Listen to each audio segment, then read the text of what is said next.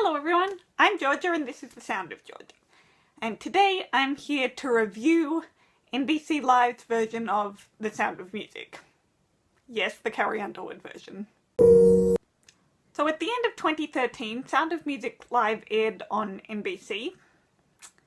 And it started a trend for the next few years. They did a live production of a musical every year after that.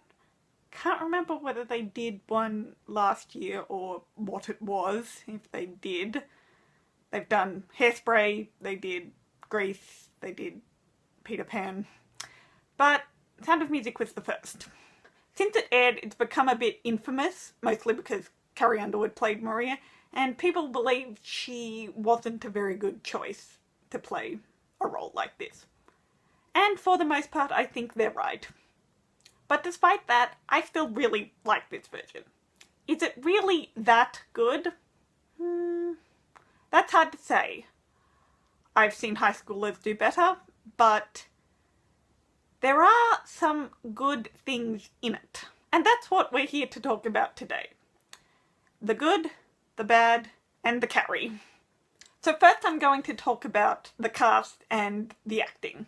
Kim Karath, who played Gretel, did not like it at all, and Julie Andrews thought Carrie did great. Mind you, Julie thinks everybody's wonderful, so there's that. People don't think Carrie was really the right choice to play a role like Maria, and yes, I have to agree. Overall, yeah, she's not that good.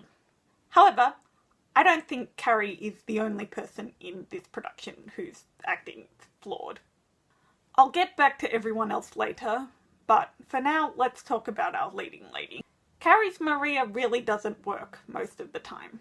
She's too calm and she's too bland, and most of the time it's really hard to believe that her character is crazy and quirky and enthusiastic and everything that Maria is.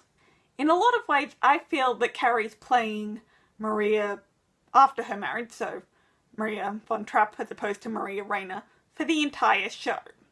Which works for all the scenes after the wedding, but doesn't work for all the scenes before the wedding, which is the majority of the show. I also think in a few instances after the wedding, she's almost more enthusiastic than she is before the wedding, which, again, doesn't work at all. Playing a bit part that is essentially yourself does not mean you should be playing one of Rodgers and Hammerstein's leading ladies. I actually think Carrie's best scene in the show is the argument.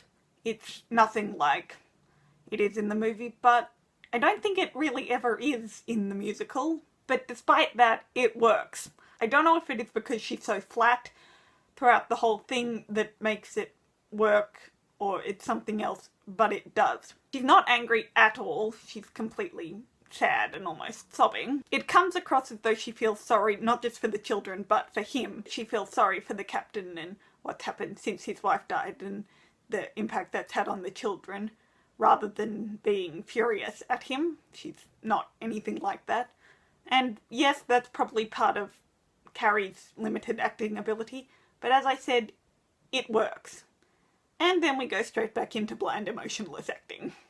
But as I said, Carrie's not the only one with an acting problem in this show. With the exception of the kids, everybody seems to have one problem or another with acting. And I actually want to put it on the director rather than the individual actors, because it's not individual. Carrie's got one problem, that's being too bland and boring and flat and nothing like the character she should be, but everyone else has the same problem. I think everybody else is way too enthusiastic and way too, for lack of a better word, juvenile. Right before Audra sings Climb Every Mountain, when she's trying to convince Maria, that it's alright if she's in love with Captain Von Trapp, there's a point where she kneels down to look at Carrie straight on, and I swear I get middle school vibes. It feels like she's asking her about her prom date, rather than convincing her that it's okay that she's in love. As I said, pretty much everyone has a very similar problem as far as the acting is concerned. They're all far too enthusiastic, and that doesn't always work. One of the most notable instances of this is during the No Way to Stop It scene, which is about the last scene you want to be over-enthusiastic with. For those who don't know or have only seen the movie, No Way to Stop It is the scene where Georg and Elsa break off their engagement, but not because he's in love with Maria, but because they have opposing political views, and that is a big thing. It's a much bigger thing in the musical than it is in the film. So they're talking about what will happen in the future, and Elsa asks Georg if the Nazis would invade, would he defy them? He says without missing a beat, yes. And that's fine, he's not supposed to hesitate at all. He knows exactly what he would do, even though 3 scenes later he's humming and hawing and things like that. But I'm not going to talk about the actual plot today. I'm just going to talk about the specific things in this version, rather than the faults of the musical as a whole. Anyway, Elsa tosses out that line and Georg says yes without a beat. And then, without missing a beat, Max starts talking about what could happen if Georg did that. Georg, if they should invade us, would you defy them? Yes. Do you realize what might happen to you? To your property? To your children? To everyone close to you? To Elsa? To me? He doesn't miss a beat, which is the problem. There shouldn't be a beat between Elsa's question and Georg's answer, but there should between Georg's answer and Max's next words. They don't expect him to say that, so it's clear that they'd need a moment to process what he said before they respond. Anyway, Christian Borle, am I saying that right? Max responds immediately. And with an answer like that, where he doesn't have to process what Georg had said and think twice about his answer, in a scene that pretty much guarantees that he would have to think about that, it doesn't work. There's no tension, there's no drama, there's no nothing. It doesn't work. And I don't think it deserves a pass just because it's a live production and they're on a time crunch. So let's talk about the captain. Stephen Moyer's portrayal of Georg works some of the time and not others. Oh my god, the enthusiasm. After something good ends and it's all wonderful and they're happy and he asks her who he should go to for permission to marry her. Maria, who do I have to go to ask permission to marry you? He's very over-enthusiastic in other parts of that scene as well, but that is just the biggest. So everybody, or at least all the adults, has acting problems. And as I said, with the exception of Carrie, who's got problems for a completely different reason, I want to lay it on the director, because it's all the same. They're too juvenile, they're too over-enthusiastic, there's no tension because of that. As for the kids, they're actually really great. I love them in Do-Re-Mi, they're just awesome. And Brigitte, oh my god, Brigitte is brilliant. So, now that we've worked out all the acting, let's talk about what they're wearing. It's time to discuss costumes. Overall, I like the direction they went with this. The costumes are very nice and very well done. And props to them for using dirndls and lederhosen in things that aren't the festival, like the play clothes. However, with that being said, we once again run into a problem with Carrie. With the exception of her postulant clothes, nothing Carrie wears in this production looks good. And I think that doesn't help at all with her bland acting. It just brings her character down a lot. I wrote a blog post about this once and it brought up how Carrie's ugliest dress I ever saw is the one she looks best in. And I think they're mostly right. Everything else just doesn't work. I think everything Carrie wears is far too matronly, which again doesn't work for the majority of the show. It works after she's married, but not before. And obviously, the majority of the show is before. Plus, her post-marriage outfit is another problem entirely. But we'll get to that. Again, props for putting her in dirndls, but they're not flattering at all, and I don't think they're the type of dirndls that a young woman like Maria would wear.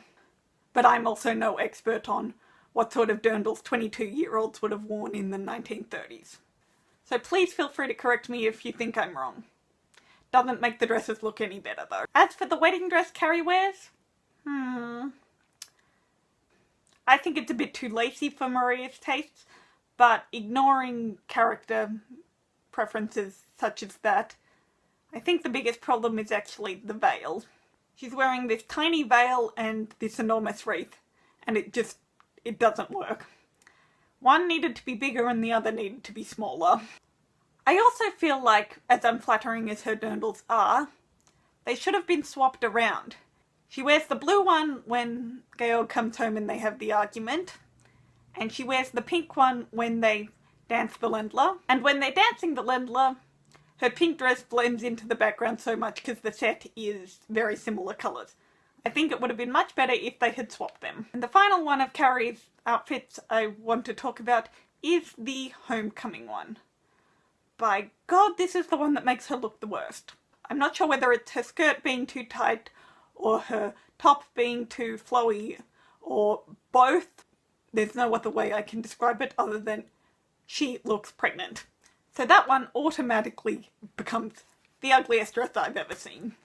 At least as far as costumes in this are concerned. So in summary, the costumes are very good, except where Carrie's concerned. And they're not bad necessarily, they just don't do anything for her, and most of the time they're a detriment to her. Everyone else is great though. Except Rolf. By God, Rolf should be wearing long pants. And now I want to talk about the sets. The transition of the wall lifting up when Carrie leaves and when they're all off going to the festival are rather obvious, but I still really like them. Obviously, it's an attempt to recreate what could happen in the stage show, so that's very good, but it's a little noticeable. The sets are very good overall, but there are just a couple of times where the way they're used doesn't really make sense. For example, the second scene is obviously Maria running around her hills and singing and that sort of thing, or walking because it's Carrie. But that same set is used later for 16 going on 17. Again, with Rolf of the short pants. Why? Having that scene set in a garden or among the trees makes sense, and there's nothing wrong with that. But the set is obviously the same one used in the beginning, and they have a very nice terrace set that they do Do Re Mi and So Long Farewell and Elsa and Max's scenes. Why don't you just use that?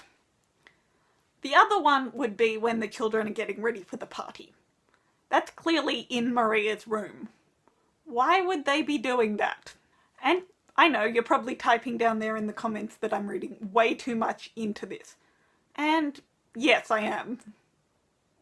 I write fanfiction, that's what I do.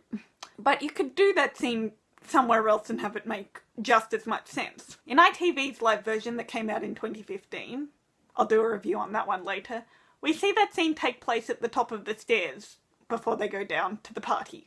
And while I think it's condensed in that production, ITV took out a few lines here and there, it would make just as much sense to do something like that. Heck, the set is perfect to do it that way. The landing at the top of the stairs is beautiful and perfect for something like that. But yet we do it in Maria's bedroom. What? But of course, the title of the musical is The Sound of Music. So let's talk about the music. I mentioned that during the Climb Every Mountain scene, Audra looks like she's badgering Carrie for information about her prom date. And she does, I think. But when she sings, oh my god. The girl can sing. The singing is very good, for the most part.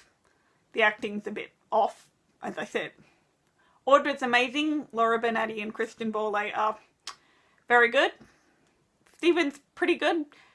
And Carrie, she's good.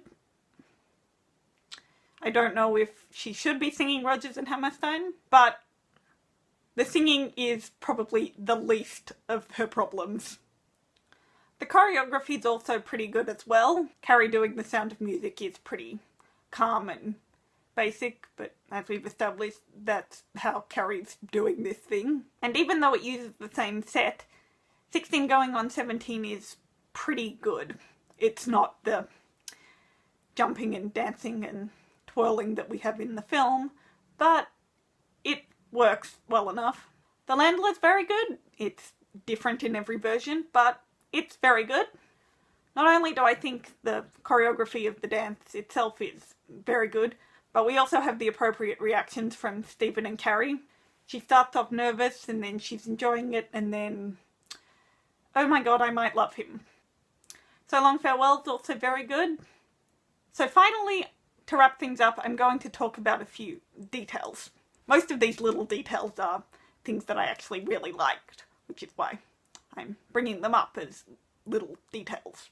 So the first one is after The Sound of Music, when Georg's reunited with his children and it's all good.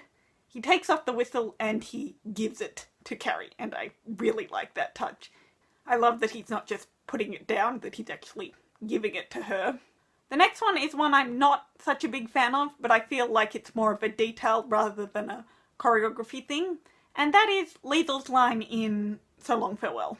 When she comes up and says, "I'd like to stay," and takes my first champagne, she looks very, very happy. A little too happy, I think, considering the circumstance. The next one is probably my favourite out of all the little details, and quite possibly my favourite part of the whole show. Right before Climb Every Mountain, when Maria says she likes the captain, Carrie says this. I like the kindness in his eyes. I like the way he speaks even when he's stern. I like the way he smiles at little Gretel. I have never heard that in any other version. Every other version I've seen, she's asked, "Do you like him?" and she just responds with, "Yes." And I really like that it's not just yes. Because it's not just, "Yes, I like him," it's, "This is why," and clearly, yes. Yes, without saying it. And the final little detail I want to talk about, and as such the final thing I'm going to talk about in this video, is right after they come home from the honeymoon, before Carrie shows us her beautiful pregnant belly dress, they're telling Maria and Georg about the fact that they're going to sing in the festival, and Brigitte's holding the program, and Max is trying to grab it from her. I thought that was really cute. So overall, there are a lot of good things in this production. It's just that the not so good and the awkward things are the obvious things about it. But there are some very good things in here. So in the comments below, let me know, have you seen this NBC Live version? Have you seen any other NBC Live versions? I watched the Hairspray one, that was actually pretty good. What did you think of it? Do you agree with me? Do you disagree with me? What are your thoughts in general? Feel free to like and subscribe, and I'll see you in my next video. So long, farewell!